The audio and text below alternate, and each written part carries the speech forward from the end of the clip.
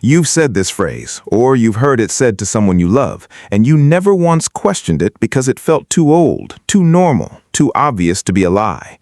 What if I told you it isn't old at all? What if I told you it was invented, on purpose, by a man with a ruler and a motive, and that believing it, even as a joke, means you've been repeating his exact words for 150 years without knowing his name? 1861. Paris, a locked room full of human skulls. A man named Paul Broca picks one up, measures it, writes a number down. He does this hundreds of times, night after night, and a pattern starts to form on his paper that makes his chest tighten with excitement, because this pattern is about to hand him power. Before I tell you what he found, answer this honestly in the comments. Do you think intelligence can be measured with a ruler? Yes or no? Remember your answer. You're going to need it. Broca's numbers show something small, almost meaningless. Male skulls, on average, are slightly larger than female skulls. That's it. That's the entire discovery. But watch what he does with it. He doesn't ask why. He doesn't check his math twice. He picks up his pen and writes a sentence that will outlive him by centuries. Women are intellectually inferior to men. Not his opinion, his science. And here's the part that should genuinely disturb you. Nobody stopped him. Universities used his words to slam their doors shut.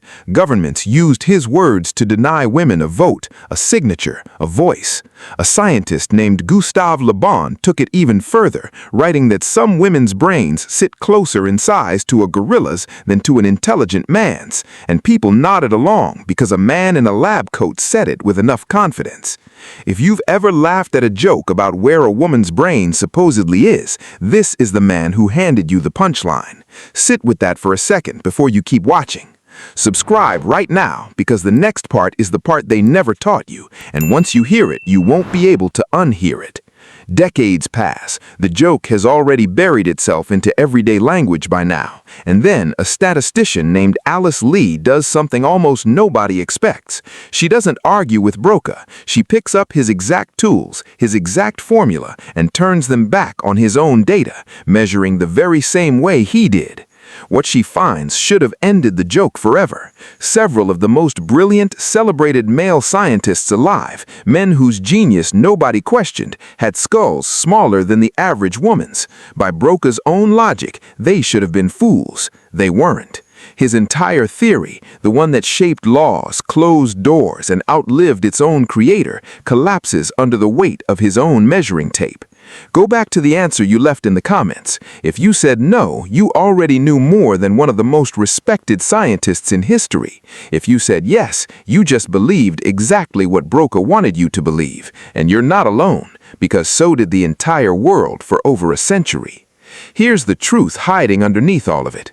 Brain size scales with body size, nothing more. Smaller bodies mean smaller hearts, smaller lungs, and yes, smaller brains, in proportion, in both sexes equally. Nobody has ever claimed a shorter man thinks worse than a taller one. The theory was never about size. It was about finding a number that justified a decision that had already been made in advance.